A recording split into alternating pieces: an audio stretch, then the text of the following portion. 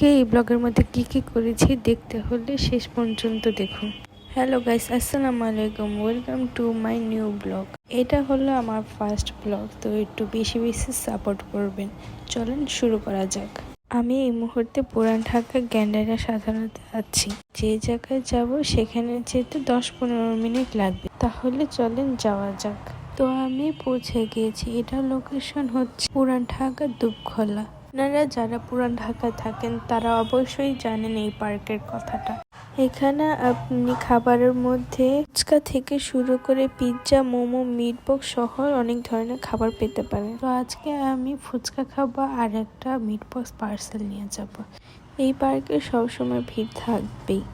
আজকে হলো মানুষ একটু কম আছে, তো আমরা 2 প্লেট ফুচকা নিয়ে নিয়েছি।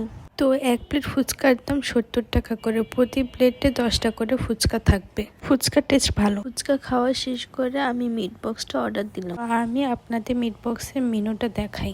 নিয়েছি নাগাটা। আমি দেখা দিচ্ছি মিট বক্সটা কিভাবে বানায় ওরা।